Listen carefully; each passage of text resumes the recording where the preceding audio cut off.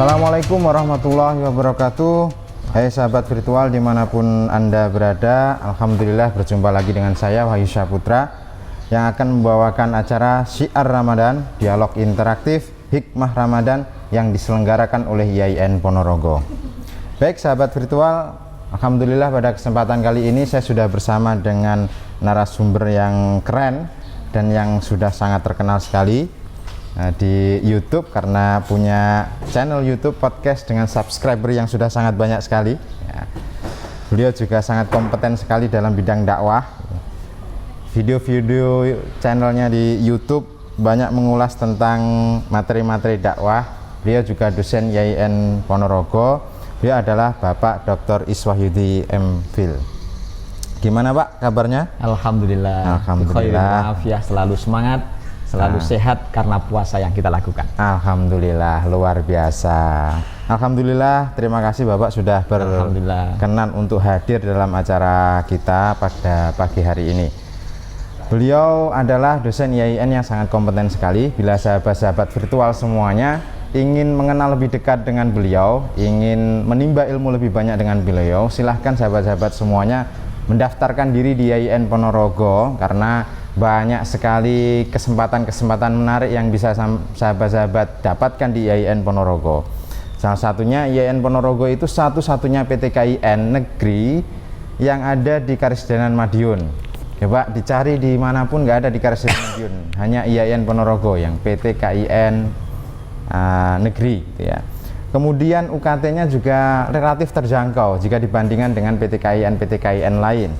Kemudian program studi di sini ada 22 program studi yang sudah terakreditasi A dan B, yang tentu ini bisa sahabat pilih sesuai dengan peminatan sahabat-sahabat semua, dan banyak sekali beasiswa yang ditawarkan yang bisa sahabat dapatkan ketika sahabat kuliah di IAIN Ponorogo.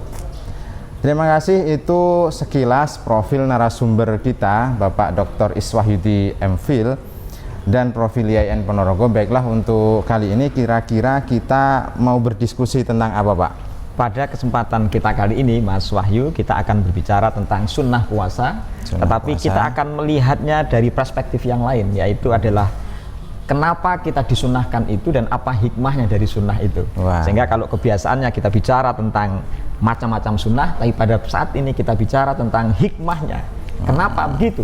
Wah, gitu. Kayaknya menarik, menarik ini. Sudah tidak sabar untuk waktu dan kesempatan dari penjelasan tema kita hari ini. Saya persilahkan kepada Bapak Iswahyudi untuk menjelaskan secara lebih detail, lebih jelasnya tentang tema kita pada hari ini. Monggo Bapak. Terima kasih Mas Wahyu. Sebelumnya untuk sahabat virtual, Assalamualaikum warahmatullahi wabarakatuh. Waalaikumsalam. Saya langsung memulai saja bahwa kebanyakan di antara kita itu selalu bicara tentang, para mubalik selalu bicara tentang sunnah-sunnah puasa. Sunnah puasa diantaranya adalah kalau misalnya berbuka itu silahkan dipercepat, jangan diperlambat. Mentang-mentang kita ini orang yang tahan untuk berpuasa lalu diakhirkan. Kemudian ketika sahur yang paling bagus adalah disunahkan untuk diakhirkan. Jangan menganggap bahwa kita adalah orang yang kuat lalu kita sahurnya agak didepankan, didahulukan. Ternyata ada isyarat yang menandakan kepada kita bahwa sesungguhnya manusia itu telah diciptakan oleh Allah orang yang tidak tahan lapar. Karena manusia adalah orang yang tidak tahan lapar, maka Allah menyesuaikan dengan hakikat kemanusiaan. Hakikat kemanusiaan itu adalah bahwa manusia sebenarnya adalah makhluk biologis, manusia yang selalu membutuhkan nutrisi, membutuhkan makanan, membutuhkan minuman. Dengan minuman inilah seseorang akan disentuh tentang hakikat kemanusiaan yang berbeda dengan Tuhan. Banyak di antara kita ini yang berpuasa tetapi kayaknya tidak berpuasa. Banyak di antara kita ini yang menjalankan ibadah tetapi sungguhnya kayak tidak menjalankan ibadah, karena dia tidak memenuhi pada level substansi hakikat dari puasa itu sendiri. Coba bayangkan, kita misalnya 3 hari saja manusia tidak makan, tidak minum, barangkali akan mati. Coba kita lihat misalnya bagaimana unta yang bisa dalam jangka waktu yang lama, seminggu bisa makan, tapi manusia tidak bisa makan, tidak bisa hidup gara-gara tidak makan dan tidak bisa minum.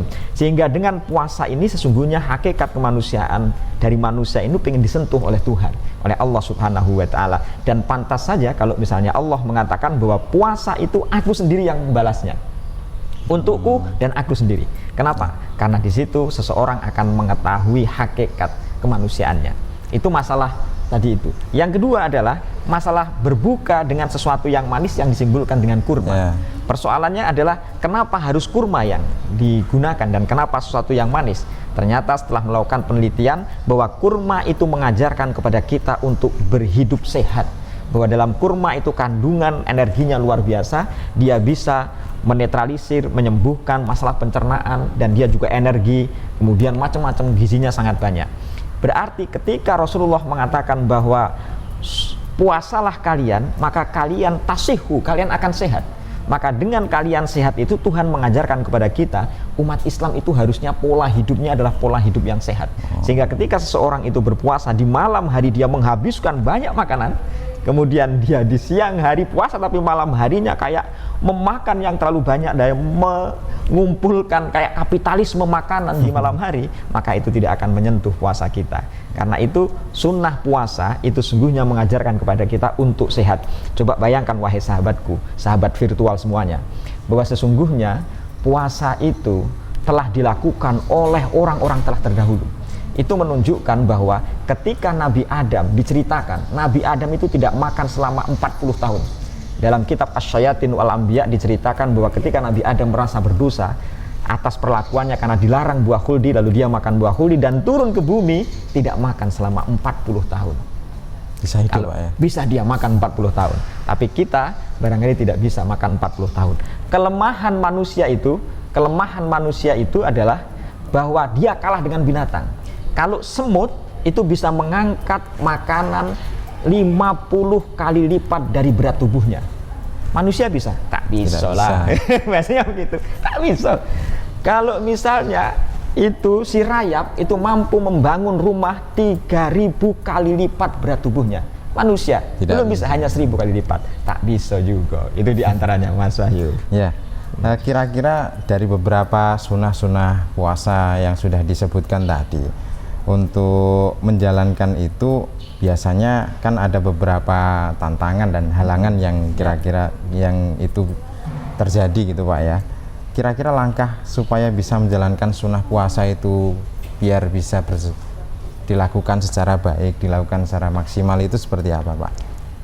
Kelemahan kita ini adalah apa yang dikatakan oleh Imam Syafi'i, man syahidad du'fa min nafsihi nala al-istiqomah.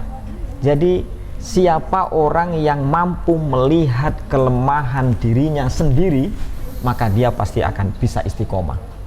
Artinya seseorang itu bisa menjalankan ibadah puasa, menjalankan sunnah-sunnahnya. Pertama, kalau misalnya dia merasa bahwa dirinya adalah orang yang merasa dirinya lemah, dia merasa bahwa butuh bantuan Tuhan, dia merasa butuh sesuatu. Kalau dia merasa butuh sesuatu, maka dia akan bisa menjalankan sunnahnya. Yang kedua, kita ini jarang sekali menggunakan logika bisnis. Logika bisnis itu orang ketika beribadah, orang ketika bekerja itu pasti mencari untung. Kita ini seringkali beribadah tidak mencari untung sama sekali. Kita hanya sekedar menjalankan perintah. Karena hanya sekedar menjalankan perintah, maka kita tidak mendapatkan keuntungan.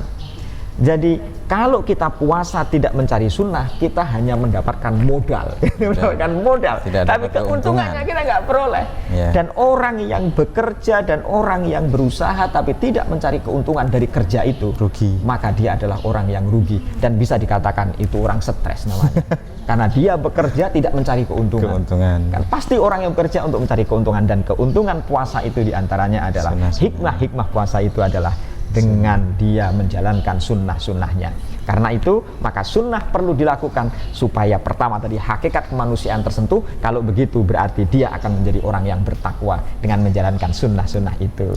Sahabat Wahyu. Terima kasih, luar biasa. Jadi intinya kalau boleh saya simpulkan bahwa ketika kita puasa kita hanya menjalankan kewajiban dan sebagainya, itu sama halnya ketika kita sedang berbisnis, kita mengumpulkan modal kembali. Tetapi kalau dihitung secara bisnis, untuk mendapatkan keuntungan yang lebih banyak, kita harus menjalankan sunnah-sunnah puasa itu dengan maksimal juga, agar kita mendapatkan keuntungan dari ibadah puasa yang lebih banyak. Seperti itu, saya kira sangat luar biasa dari apa yang disampaikan oleh Bapak Dr. Iswahyudi tadi. Dan bagi sahabat-sahabat virtual, tentunya kita belum puas lah untuk menimba ilmu dari Pak Iswahyudi.